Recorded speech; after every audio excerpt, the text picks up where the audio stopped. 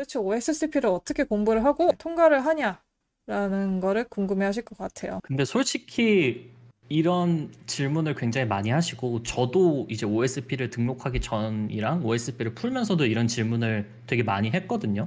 네. 근데 결국 제가 공부했던 방법을 살펴보면 그냥 말 그대로 PDF 처음부터 끝까지 그냥 쭉 한번 읽고 그냥 랩 머신 열심히 풀고 핵더박스 열심히 풀고 시험 보니까 그냥 배운 내용 내에서 나오더라고요. 그래서 이게 우리 같은 경우는 특히 이제 우리나라 시험 같은 경우는 막 상대 평가라 가지고 시험이 말도 안 되게 어렵고 이랬던 적도 있잖아요. 이게 뭔가 좀 되게 시험이 굉장히 어렵거나 이럴 거라는 이제 좀 뭐라 해야 되죠? 공포감이 있는데 예, 외국 자격증 시험들 같은 경우는 그냥 말 그대로 그냥 배운 거 내에서 나옵니다. 네. 그렇죠. 그래서 딱히 크게 안 무서워하셔도 되고 더 준비할 필요도 딱히 없다. 네, 그냥 말 그대로 그 PDF 나와 있는 거 그 PWK 다 읽고 OSP에서 준비해준 그 랩 있잖아요. 랩 환경 그거 네. 다 랩 풀고 그래도 조금 부족한 것 같다. 그게 이제 헥터박스 머신들 중에서 이제 OSP 공부하는데 이제 도움되는 머신들이거든요. 맞아요. 그래서 OSCP like 머신이라고 OSCP에서 제공하는 랩과 비슷한 그리고 시험에 나오는 그런 실전 VM과 비슷한 머신을 계속 풀어보는 게 좋은 것 같아요. 그래서 보면은 그렇죠. 네, 이게 굉장히 좀 유명한 그 뭐라 해야 되죠? SCP를 보기 전에 헥터박스에서 많이 연습을 할 수 있는 VM을 카테고리를 맞춰서 이렇게 적어 놓은 것 같아요. 저는 사실 이거를 보고 공부를 했거든요. 왜냐면 저는 그 랩을 다 풀진 않았고 중간에 뭐 하다가 그냥 시간이 없었어요. 거의 한 달밖에 시간이 없었기 때문에 그냥 이걸로 바로 들어갔습니다. 그래서 헥터박스에 있는 머신을 하루에 하나씩 그냥 풀면서 공부를 했던 기억이 나는데 뭐 초이님이 말씀하셨던 것처럼 어쨌든 OSCP에서 제공하는 거를 하실 줄 아신다면은 사실 OSCP 자격증을 따기에는 충분한 실력이 되는 것 같아요. 간단하게 그냥 하라는 거 다 하면 웬만해서는 끝납니다. 그 PWK 보면 엑서사이즈라는 게 있거든요. 네. 그 뭐 조그마한 문제들 같은 건데 이제 한 섹션에 대해서 배우고 그 엑서사이즈 문제 풀고 이거를 그냥 하라는 섹션 읽고 풀라는 엑서사이즈 풀고 하라는 OSP 랩 돌고 그 중에서도 조금 부족한 것 같으면 뭐 헥터박스 좀 돌고 이렇게 하다 보면은 잘 됩니다. 네. 그리고 가장 좋은 거는 적어도 저는 반복 학습이었던 것 같아요. 제가 했던 거는 이 OSP 랩에서 한 34개인가 밖에 안 풀었어요. 네. 그러니까 저랑 이제 그루트님이 있었을 때는 OSP 랩이 여기에 한 30개가 있고 이렇게 있었거든요. 그래서 이 네트워크가 4개가 있었는데 이 네 번째 네트워크까지 가서 이제 50개를 다 풀려면 네트워킹 피벗을 해야 됐었어요. 근데 이게 네트워킹 피벗을 한두 번만 해도 엄청 느려지거든요. 네. 그래서 막 커맨드 치면은 15초 뒤에 돌아오고 이렇거든요. 그래서 그거를 하다가 막 네트워크 피벗 중간에 끊어지고 이래가지고 짜증나가지고 저도 안 했어요. 그래서 여기서 한 34개밖에 안 풀었단 말이에요. 네.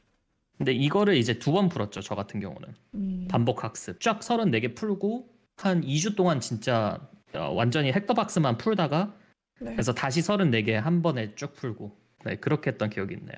다 똑같아요. 이것도 반복을 계속 해야지 풀 수 있는 거예요, 여러분들이. 반복 학습을 할수록 이제 자신감이 조금 더 쌓이기 때문에 네. 근데 이제 그게 시험이라는 압박감 때문에 객관식으로 푸는 것도 아니고 실제로 해킹을 해야 되는 시험이니까 그 압박감 때문에 이제 좀 잘 실력 발휘를 못 하시는 분들이 있는데 사실 그렇게 어려운 난이도의 박스들이 아니기 때문에 네. 자신감이 중요합니다. 그래서 그 자신감은 반복 학습으로 키우면 된다. 마지막으로 제가 추천드리고 싶은 거는 그 치쉿이라고 뭐라 그러죠, 이거를 한국어로?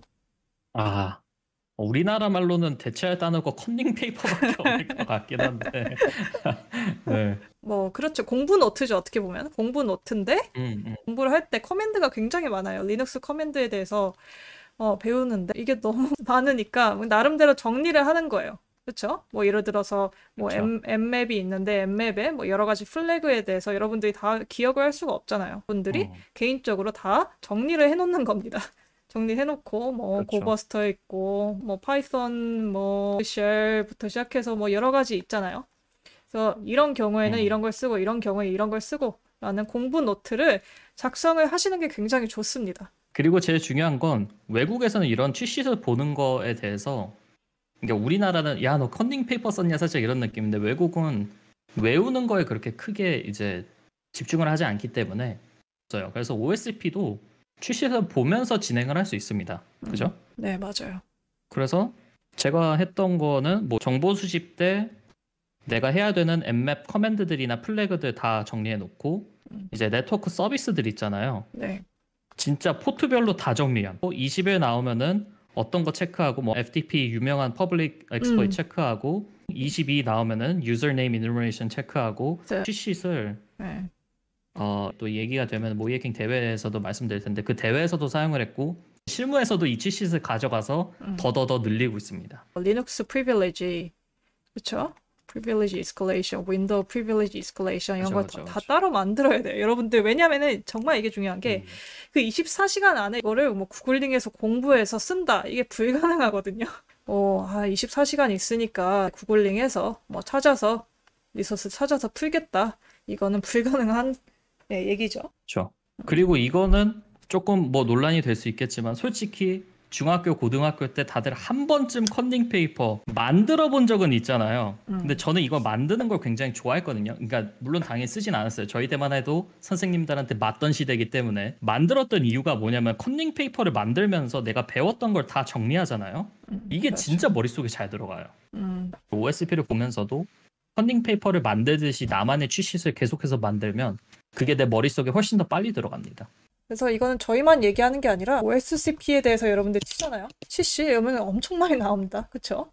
OSCP 공부하시는 그렇죠. 분들, 지금 준비하고 계신 분들, 뭐 이미 따신 분들 이런 분들이 다 이렇게 써놨어요.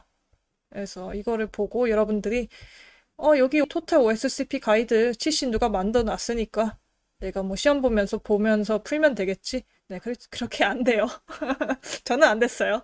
내게 때문에 왜냐면 본인이 만들지 않으면 이것도 머리에 안 들어와요. 무슨 소리 하는 거야? 이렇게 되거든요. 맞아. 네, 그래서 그리고 이게 나중에 네. 그 레즈메 쓸 때도 되게 좋아요. 아, 이거를 이제 깃북이나 음, 아니면 깃허브 리포 같은 걸로 만들어서 깔끔하게 정리를 해 놓으면 음, 뭔가 인터뷰를 보는 입장에서 회사 입장에서도 아, 이 사람이 OSP 자격증을 땄을 뿐만 아니라 이렇게 깔끔하게 문서화까지 진행을 할 줄 아는구나 음. 라고 하기 때문에 가산점이 더 붙습니다.